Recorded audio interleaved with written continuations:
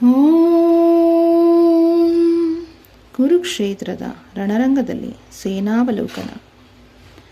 ಶ್ಲೋಕ 45.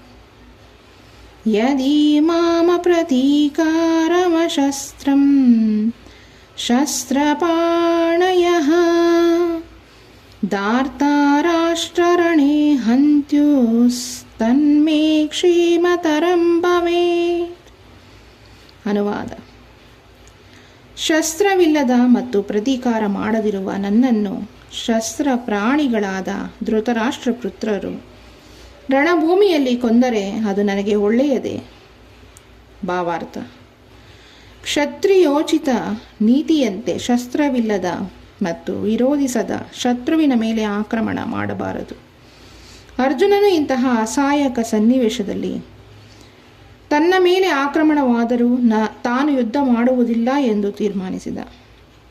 ಎದುರು ಪಕ್ಷರು ಎಷ್ಟರ ಮಟ್ಟಿಗೆ ಯುದ್ಧ ಮಾಡಲು ಸಂಕಲ್ಪ ಮಾಡಿತ್ತು ಎನ್ನುವುದನ್ನು ಆತನು ಪರಿಗಣಿಸಲಿಲ್ಲ. ಆತನು ಭಗವಂತನ ಶ್ರೇಷ್ಠ ಭಕ್ತನಾಗಿದ್ದುದರಿಂದ ಮೃದು ಮನಸ್ಸಿನವನಾದ.